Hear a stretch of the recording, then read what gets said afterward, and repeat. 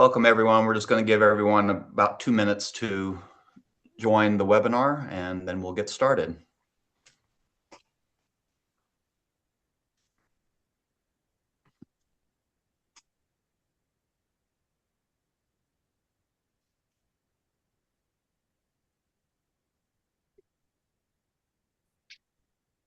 Yes, great question, Al. Where is everyone tuning in from? We would love to know. Yeah, go ahead and put your answers in the chat. Sheboygan Falls. My mom is from Sheboygan. I don't know if that's different than Sheboygan Falls. No way, Emily. Yeah. Argentina. Wow. Welcome, Martina.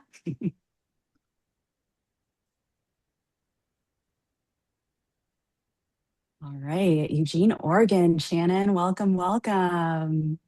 Oh, from everywhere. West Coast, Yeah. East Coast. Oh, another Oregon. All right. We got some of the South. Welcome, welcome. Ooh, the Florida Keys.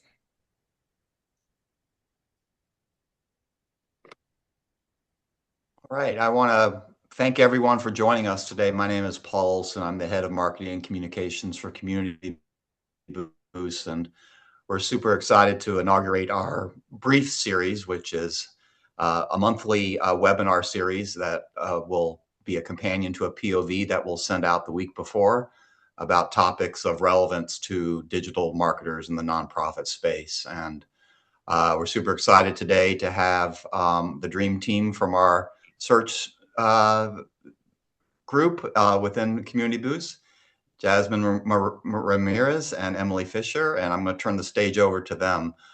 Just a few housekeeping. The chat is open, so feel free to share your comments in the chat.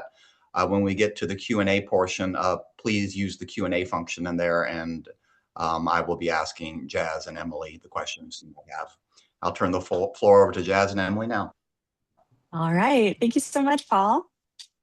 Yeah, thanks, Paul, and thank you everyone for joining. My name is Emily Fisher. I'm the Search Ads Practice Lead at Community Boost, so that encompasses both Google and Microsoft Ads, and within that, paid search and the Google Ad Grant. I'll pass it off to Jasmine. Thanks, Emily. And my name is Jasmine Ramirez. I also go by Jazz.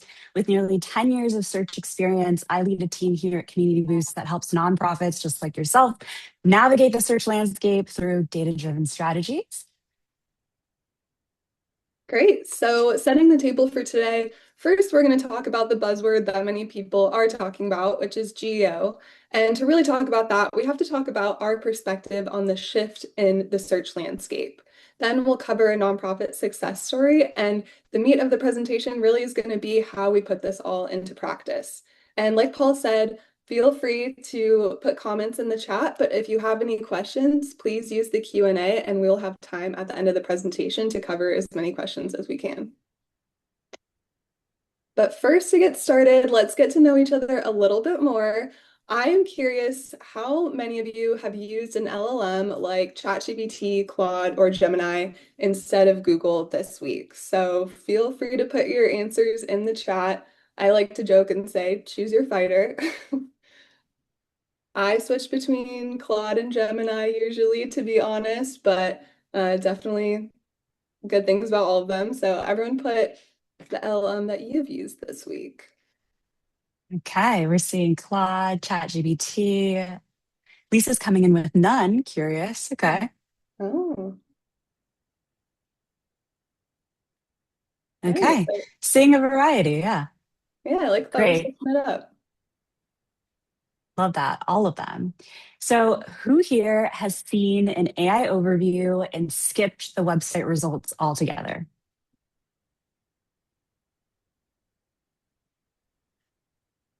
Anyone on Google? Yes. Okay. Some hands up. Love it. So you're not alone. So I've definitely changed the way that I've searched, and many organizations are seeing less traffic as more queries are answered through these zero-click searches. Originally, when Google rolled out AI overviews in 2024, they were limited searches, think more informational and really long-tailed searches. But really, as AI integrations have advanced alongside algorithm updates, so have the types of queries that are showing up in this feature. And another question, last question for all of y'all. How many of you know whether your nonprofit appears in either of these ways of searching? We do. Love that, Katrina. Katina. Okay, Catherine, we do. We do. Okay, if you do, that's great. Kudos to you. We have some really valuable insights for you, anyways, to really take your strategy to the next level. If not, no worries. You're not too late. You're not alone. We can definitely help you increase your awareness and stay competitive. What's great is search isn't disappearing. The data is clear. About 2% of traffic is being attributed to large language models, but it is expanding. And that is why everyone is talking about GEO. So, what about GEO and AEO? What are the differences? New technologies for marketers mean new acronyms to learn, right? But these both really describe the same thing, optimizing your site for AI search visibility. So, GEO is really going to help AI models discover, understand, and really recommend your organization. And from Google's perspective, optimizing for generative AI search is the same as optimizing for the search experience. And thus, it is SEO. So ultimately, a strong SEO and paid search foundation is going to support your success in AI search experiences.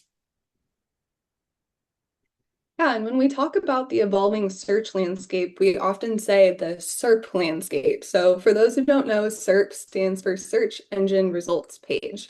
And something that we really want to point out is that Google does still command over 90% of global search traffic. So, it is still a key player, but to the right on the screen here, you can see a mock-up of an example SERP page. And this is really what's changed. It really what changes how the results are presented. We all know we've been talking about the AI overviews and how that changes both organic and paid results. And also, platforms like ChatGPT have begun testing ads, and other AI-powered tools are really becoming a significant part of how people research, and really how they discover brands and organizations. So for everyone, but especially for nonprofits, this really means the question is no longer just, do we rank on Google, but it's, are we showing up as a trusted source across the full ecosystem of platforms where our donors are asking questions?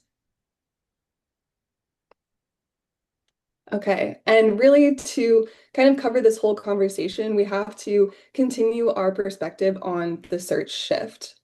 And something that really stays true with search is something that I call the two T's. So on this slide, we have touch points and trustworthiness. So these things haven't necessarily changed, but there's a new way to look at them. So the old marketing funnel that assumed a very tidy linear journey, and that can include awareness, consideration, decision, that's out. Today's donor doesn't really move in a straight line. They might discover your nonprofit through a paid search ad. They might cross-check your credibility on something like Charity Navigator. They might come back to your site after seeing a programmatic ad, and then they might come back even later after clicking on an organic Google result. So really what we want to highlight is that every channel, every piece of content, every mention of your nonprofit is a potential first impression and maybe a last impression too. And then the other T is trustworthiness. So we're really going to hammer this home today because all of these platforms, they're really trying to answer the same underlying question. Who is the most trustworthy, relevant organization and ad result or organic result for this person's need right now? So that's really the single question that makes a cohesive search strategy so powerful. So, what have we learned over the last 3 years? That search engines and platforms are solving the same problem. They are still connecting people with trusted answers. While the technology is evolving, the fundamentals are remaining exactly the same. Build authority, trust, and relevance, and it's still a long term pathway to visibility.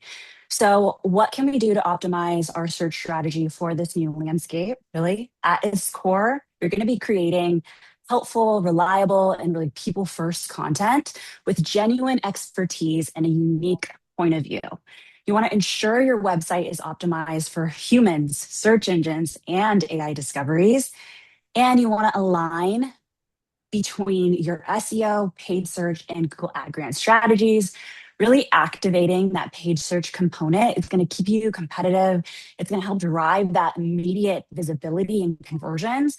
As it takes SEO, as we all know, a little bit longer, right? It takes usually about 3 to 6 months to start seeing those organic keyword rankings pick up from those optimizations and new content. So, really, paid search is key here. So let's see this strategy in action for a national nonprofit dedicated to meeting critical needs and empowering Native American youth. So we built a authority-driven content strategy. We created in-depth and long-form content, really highlighting their expertise. Through that, we earned some really high quality backlinks. We strengthened their website's infrastructure. We resolved critical SEO issues through multiple crawls. So think things like broken links, right? Duplicate titles, alt text gaps, any metadata issues, and beyond that. And then we integrated schema market for search engine robots and AI models to really improve their understanding of your organization, its content, and its knowledge graphs. And our results were pretty incredible. We saw higher visibility for non-branded searches there, more qualified traffic, and of course, donation revenue increased about 20% year over year, which is a huge win. What I really want to focus on here is that AI overviews component from this strategy. We went from 0 to 330 in just 1 year, and I want to show you what that really looks like. So we earned some competitive placements that really positions our partner as a unique content and really thought leadership driver in the space. We're showing up for AI overviews and top positions like Native American traditions, Native American culture, and Native American language. And we're outranking a wide variety of authority websites in doing so. Think anything like government, university, even like major media sources, which is really driving new audiences through search and that large language discovery for this nonprofit. Yeah, and to complement this SEO strategy, we also launched paid Google Ads search campaigns.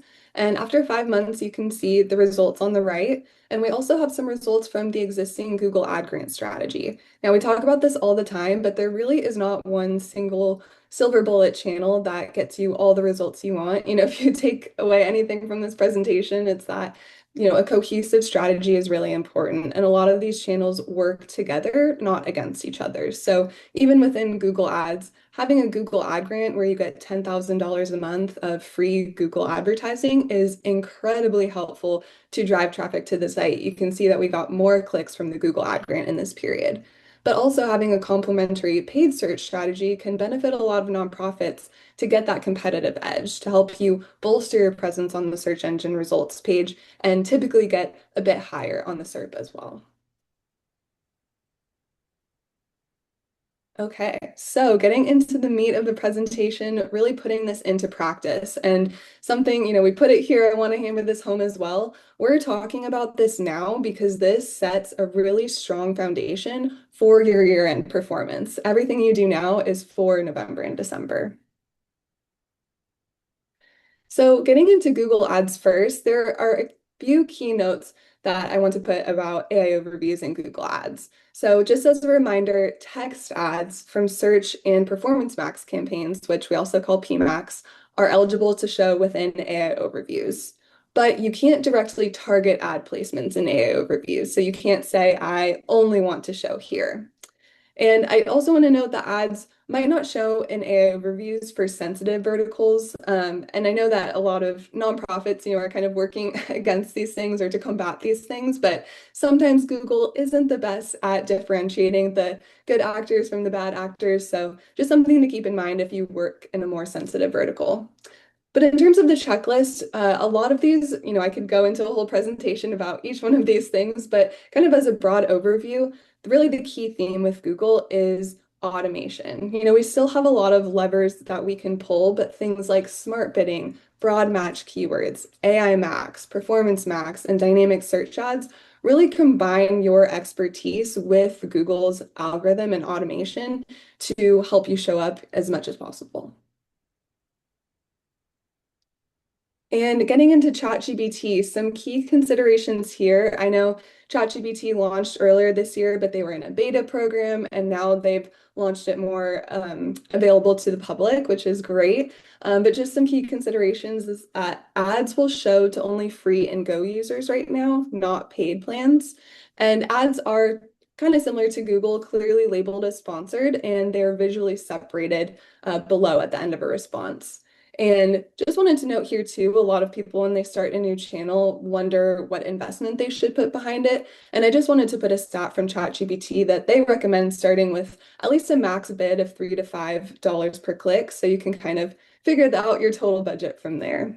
But really to get started, you just want to go to ads.openai.com. And again, this is the theme of the presentation. We really want to ensure relevance and quality. So when you're building out your campaigns in ChatGPT, you're going to use context hints, your landing page, ad title, and ad copy to really tell the platform, this is who we are, this is what valuable information we have, this is the actions that people can take on our website, that is what they're looking for, especially if they're looking to donate. And I couldn't help but put this quote from ChatGPT that really ties a bow on everything we're saying.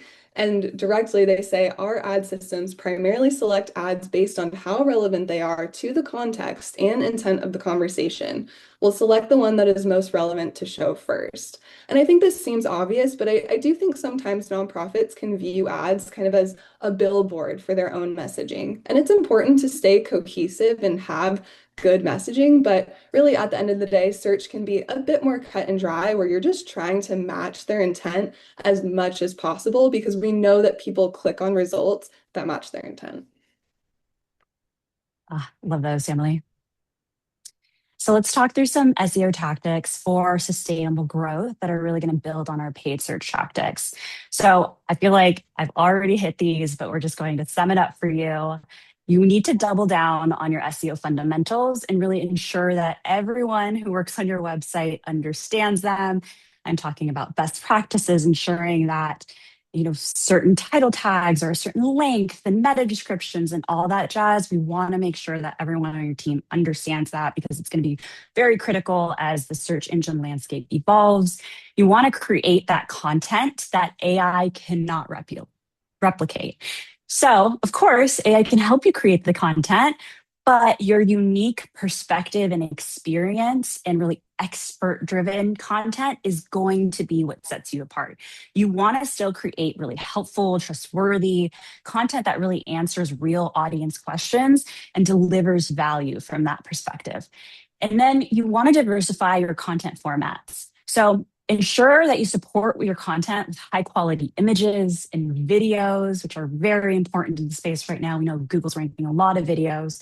Ensure that these are alt text optimized so that search engines and AI experiences understand what your images and videos are about. And really, you should be using AI as a tool, not a strategy. As I mentioned before, and I really want to drive this point home, human expertise, really original perspectives, and mission driven storytelling is what is going to set your content apart. And it is what is going to drive visibility for those lovely AI overviews and those top organic rankings. And really, as our gift to you, we will send over an actionable guide. It's a best practice guide for AI visibility, and you'll have all of these lovely tips and tricks with a little bit more information for your team. All right. So before we go into a Q&A, I want to leave you with this last thing. And Julia Smith had a great question about how does one track AI overviews. Julia, thank you so much for asking this question because it is so critical. And benchmarking is absolutely critical to really understanding your performance and then measuring your success. So just to answer your question really quickly, Julia, we use SEMrush to understand AI overviews, but there's also other tools that you can be looking at. Of course, you want to look at Google Analytics for traffic reports. Our lovely analytics team actually created a customized report that lets us understand large language traffic. How much traffic are we driving from Claude, ChatGPT, Gemini, all of those tools. And then also, we created a customized AI overview report, which is actually pulling in queries that are associated with AI overviews within Google Analytics 4 to really let us understand what is going on that Google cert.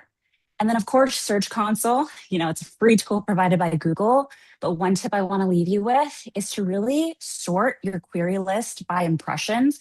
You want to go highest to lowest and look for keywords that have really high impressions and an average position of 1.2. That's going to let you know what is actually an AI overview, right?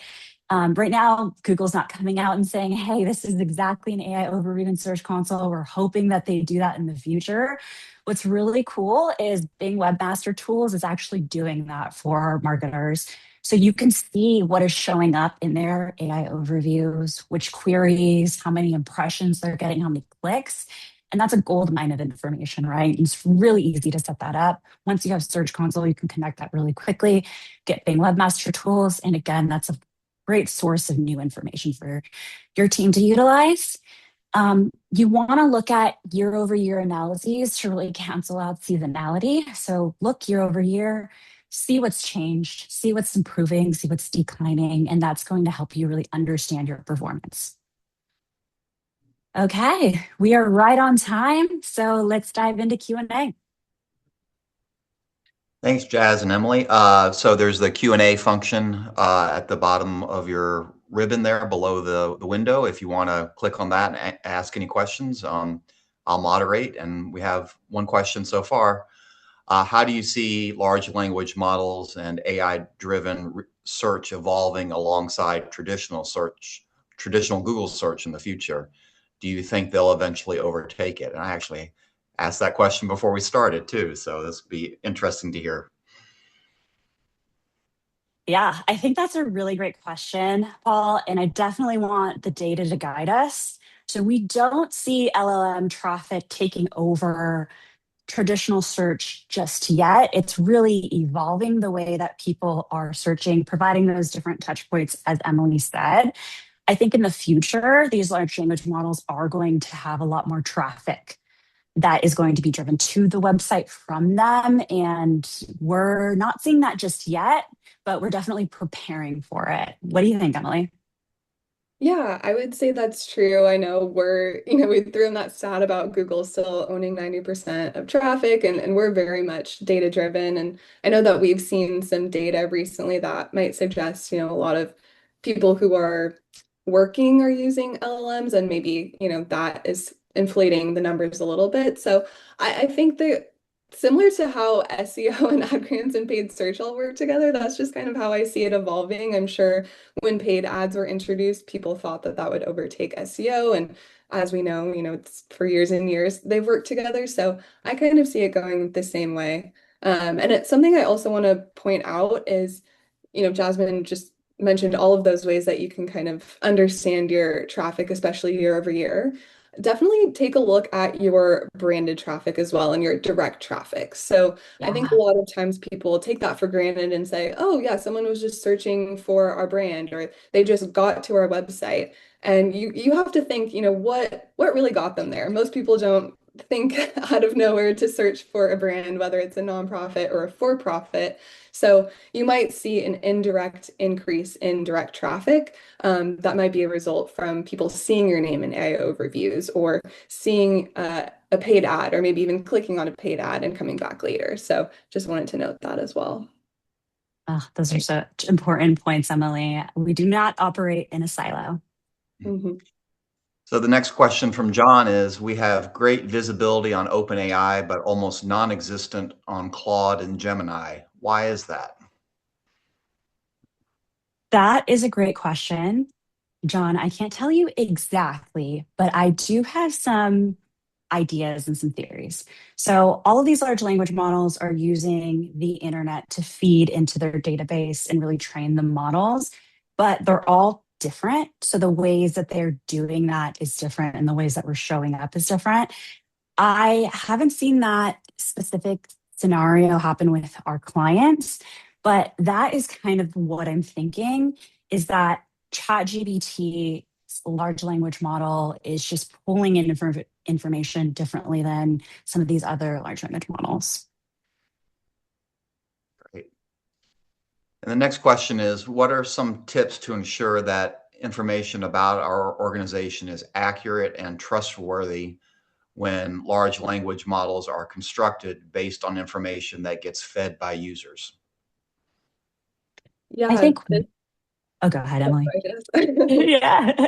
I was just going to say this is really interesting timing because Google did have their annual webinar conference series called Google Marketing Live last week, and they just introduced a feature called AI Briefs. So we'll probably do our own community boost brief. Like we could do a whole session about all the updates from Google Marketing Live, but one of the Truly. updates, yeah, it was called AI Briefs, and that is going to allow you within Google Ads to kind of give direction to feed to AI. So you can give it messaging guidelines, potentially audience guidelines, and maybe even a little bit of search term matching guidelines. So that is, I think, one of the most exciting updates that I've seen from Google Marketing Live, and that would be within your campaign settings. So that's a new update and more to come there. Oh gosh, we could run an entire webinar on that, Paul. Please add that to the docket. Something that you could do that's really actionable is implement schema markup, because that schema markup is going to be specialized code that is telling the large language models and the search engine what your organization is all about, where it's located, important information from your programs, your services. And so that's really feeding into the large language models and giving them that knowledge graph to understand your organization and to quote the accurate, most trustworthy kind of data from that. So that is totally true. Of course, our information that we're feeding into these large language models is definitely training them, but using that schema markup to let them know, hey, this information is actually factual, and I really want you to take this information and obviously show it to others is a great kind of tactic that you can do that's really tangible right now to improve that. And so I'll throw out one last question in the 3 minutes we have left. If my nonprofit is early in their search journey, where would you recommend that I focus my efforts? Oh, that is a great question, Paul. I mean, I would recommend starting with your website, ensuring your website is SEO optimized. You have your keyword targets, non brand keyword targets mapped to your specific pages, looking at your case studies, any impact stats that you can start creating content around. And then I'll throw it to Emily for kind of like that paid search perspective. Yeah, I mean, I'm totally biased to the Google Ad Grant, so I would say Yes. that is an incredible testing ground. I mean, it's again free money. You don't have to put a credit card behind it, so it's a great place to get started. You can see what traction you're getting from the keywords that you start with, and then from there you can determine if a paid strategy, is going to work for you. It's not for everyone, but it definitely can help many nonprofits. So I would say just get started with the Google Ad Grant and don't feel like you have to do both the ad grant and paid search, right at the beginning.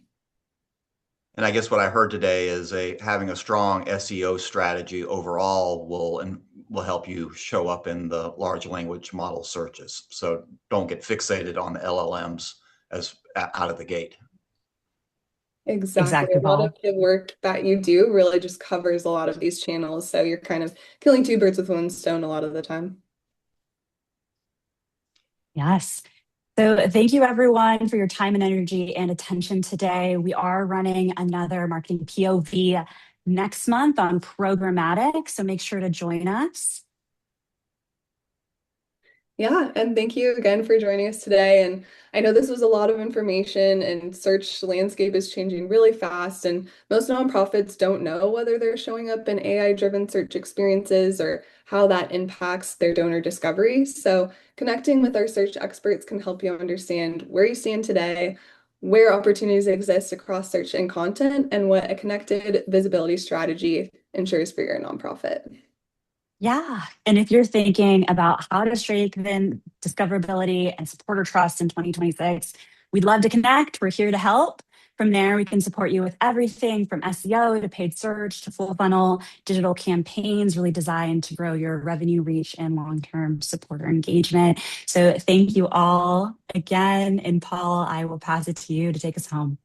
And thank you all for joining us today. We'll be sending out a link to the recording of the session today, as well as the action guide that Jazz referenced. And we look forward to seeing you again next month for our programmatic webinar. So stay tuned for the date and the POV coming out on that.